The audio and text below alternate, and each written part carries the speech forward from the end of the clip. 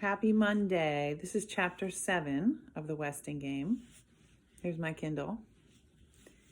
8 card tables, each with 2 chairs, were arranged in the center of the game room. Sports equipment lined the walls, hunting rifles, ping pong paddles, billiard cues, a full rack, Turtle noticed. Bows and arrows, darts, bats, rackets, all look like possible murder weapons to the jittery heirs who are waiting to be told where to sit. So remember, this is in the Westing house. So it shows you how much of a gamer Sam Westing was. Theo wandered over to the chess table to admire the finely carved pieces. Someone had moved a white pawn. Okay, Theo will play along. He defended the opening with a black knight. On hearing Plum's throat-clearing signal, Seidel Pulaski switched the painted crutch to her left armpit and flipped to a fresh page in her notebook. You notice that her crutches are a little suspicious. Shh, she said. Here's the will. 7th. And now, dear friends, relatives, and enemies, the Westing game begins. The rules are simple. Number of players, 16, divided into 8 pairs. Each pair will receive $10,000, and each pair will receive 1 set of clues. Remember, they're trying to find out who killed Sam Westing. Another rule, forfeits. If any player drops out, the partner must also leave the game. The pair must return the money. Absent pairs forfeit $10,000, and their clues will be held until the next session. Players will be given 2 days' notice of the next session. Each pair may then give 1 answer. Object of the game, to win. Did you hear that, Crow? Otis Amber said excitedly. $10,000. Now aren't you glad I made you come, huh? Shh, that was Turtle. The object of the game was to win, and she wanted to win. Back to the will. 8th, the heirs will now be paired. When called, go to your assigned table. Your name and position will be read as signaled on the receipt. Okay, so here are the paired heirs. I'm going to list them all on our classroom so you can see them too. It will be up to the other players to discover who you really are. Pair number 1, Madam Sunlin Hu, Cook, and Jake Wexler, standing or sitting when not lying down.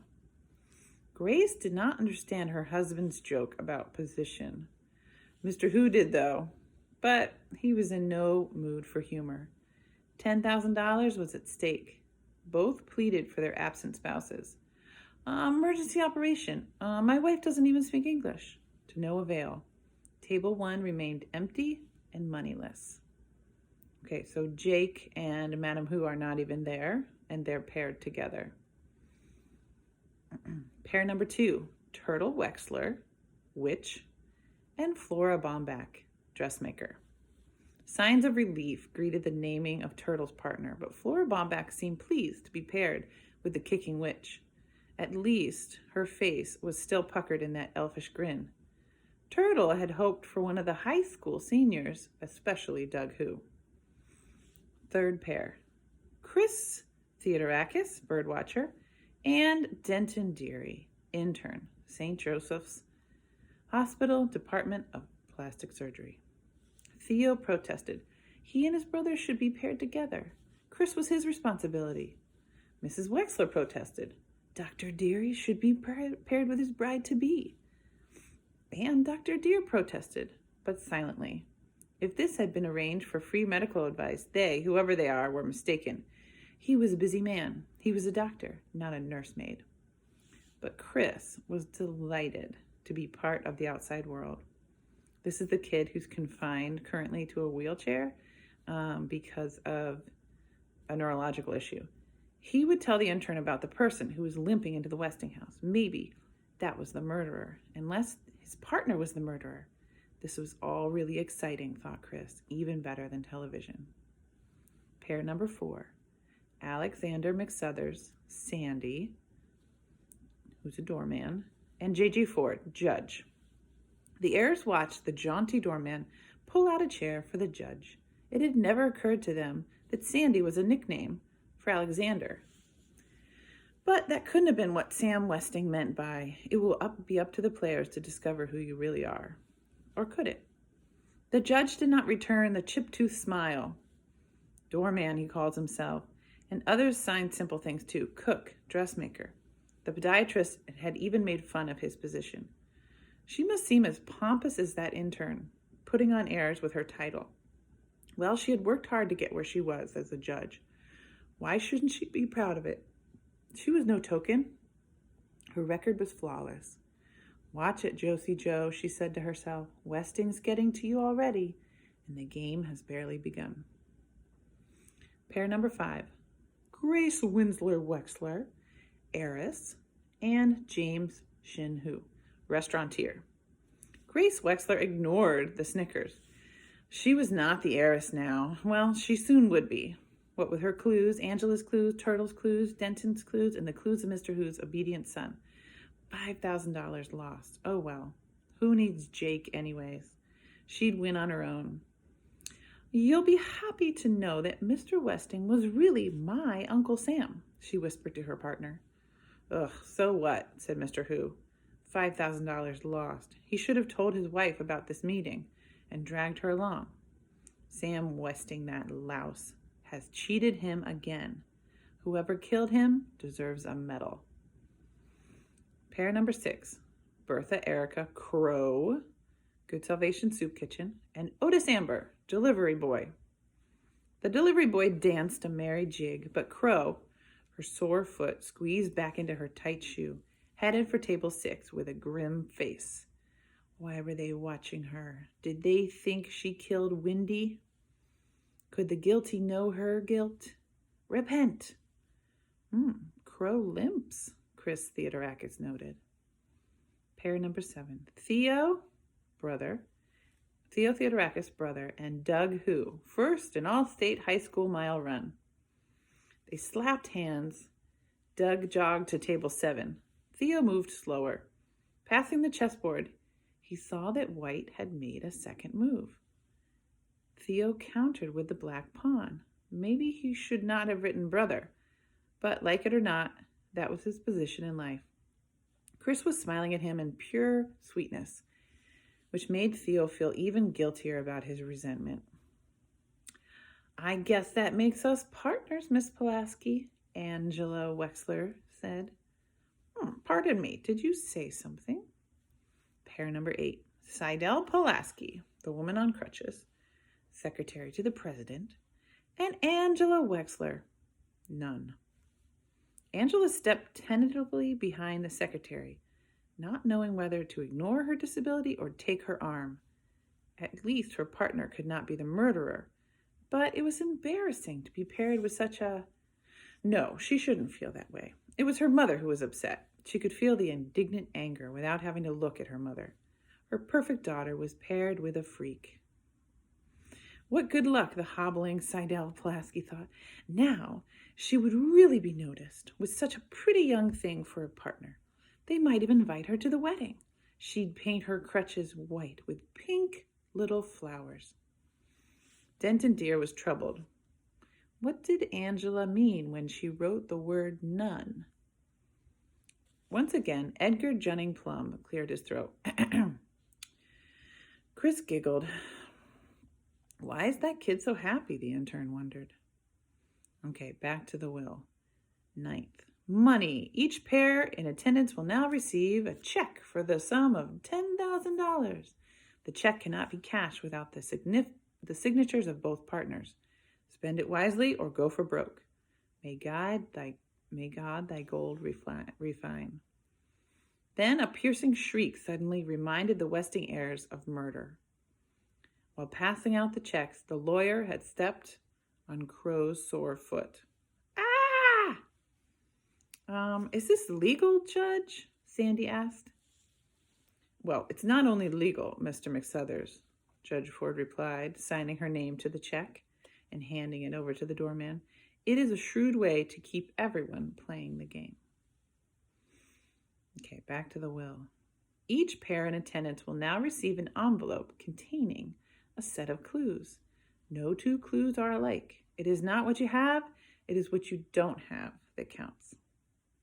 Placing the last of the envelopes on the table 8, the young lawyer smiled at Angela. Seidel Pulaski smiled back.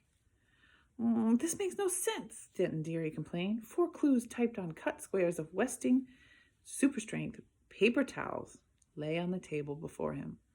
Arms and elbows at odd, fingers fanned, Chris tried to rearrange the words in some grammatical, if not logical, order. Hey, watch it, the intern shouted as one of their clues fell to the ground. Flora Bomback leapt from her chair at the next table, picked up the scrap of paper, and set it face down before the trembling youngster. I didn't see it, she said loudly. I really didn't see it, she repeated under the questioning gaze of her partner, Turtle Wexler, which the word she had seen was plain. The players looked at their clues and protected them more carefully now. Hunched over the tables, they moved the paper squares this way and that, mumbling and grumbling. The murderer's name must be there somewhere. Imagine all these people. They're at 8 tables. 1 table is empty. They get all these paper towel scraps that have clues on them that are supposed to help them solve this mystery. And they got their $10,000. Only one pair had not yet seen their clues. At table 8, Seidel Pulaski placed one hand on the envelope and raised a finger to her lips and tilted her head at the other heirs. Just watch and listen. She may be odd, thought Angela, but she's smart. Since each pair had a different set of clues, they would watch and listen for clues to their clues. Hehehe. The delivery boy slapped his partner on the back. That's us, old Crow, Queen Crow and King Amber. What's this? No or on? Doug Who had turned a clue upside down and then right side again. Theo jabbed an elbow in his ribs and turned to see if anyone else had heard. Angela lowered her eyes just in time. J.J. Ford crumpled the clues in her fist in anger. I'm sorry, Mr. McSuthers. Playing a pawn in this foolish game is one thing, but to be insulted with a minstrel show, another. Please, Judge, please don't quit on me, said Sandy. I'd have to give back all that money. It would break my wife's heart and my poor kids. Judge Ford regarded the desperate doorman without pity. So many had begged before her at her bench. Please, Judge, I lost my job, my pension. I can't fight no more. Don't quit just because of some nonsensical words. Sticks and stones may break my bones, but words will never hurt me, she had chanted as a child. But words did hurt, and she was no longer a child, nor a hanging judge, and there was always a chance. All right, Mr. McSuthers, I'll stay. J.J. Ford sat down, her eyes sparkling with wickedness. And we'll play this game just as Sam Westing would have played it. Mean. Flora Bomback squeezed her eyes together and screwed up her face. She was concentrating. Haven't you memorized them yet? Turtle didn't like the way Otis Amber's scrawny neck was swiveling over, looking at her clues. And what was Angela staring at? Yes, I think so, the dressmaker replied. But I can't really make sense of them. Well, they make perfect sense to me, Turtle said. One by one, she had put the clues in her mouth, chewed and swallowed them. Ugh, this is gibberish, Mr. Who muttered. Grace Winslow Wexler agreed. Excuse me, Mr. Plum, but what are the clues to? I mean, what exactly are we supposed to find? Purple waves, Sandy joked with a wink at Turtle. Mrs. Wexler uttered a cry of recognition and then changed the orders of 2 of her clues. It's still gibberish, Mr. Who complained. Other players pressed the lawyer for more information. But E.J. Plum just shrugged. Then could you please give us a copy of the will? A copy will be on file, Judge Ford began. I'm afraid not, Your Honor. The will will not. The will will. He paused and tried again. The will not be filed until the 1st of the year. My instructions specifically state that no heir is allowed to see any of the documents until the game is over. That's not fair. But wait, they did have a copy, a shorthand copy. Seidel Pulaski had been taking notes. She smiled at everyone, revealing a lipstick stain on her front tooth. Isn't there some sort of last statement? Sandy asked Plum. I mean, like the intern said, nothing makes any sense. So here's the last part of the will. 11th, senseless, you say? Ugh, death is senseless, yet makes way for the living. This is Sam Westing's words in his will. Life, too, is senseless unless you know who you are, what you want, and which way the wind blows. So on with the game. The solution is simple if you know whom you were looking for. But heirs, beware and be aware. Some are not who they say they are, and some are not who they seem to be. Whoever you are, it's time to go home. God bless you all, and remember this. Buy Westing paper products. So that's the end of chapter 7. So you can kind of picture this scene inside of the mansion. Everyone's confused. They don't know each other well, but they've been put in these pairs to solve the mystery. And one of them supposedly has murdered Sam Westing. So I'm going to post some things about the characters so you can kind of understand them a little more, like the grumpy Mr. Who, or the attention-seeking Seidel Pulaski, or the mysterious, seemingly perfect Angela. I hope you enjoyed it. Bye.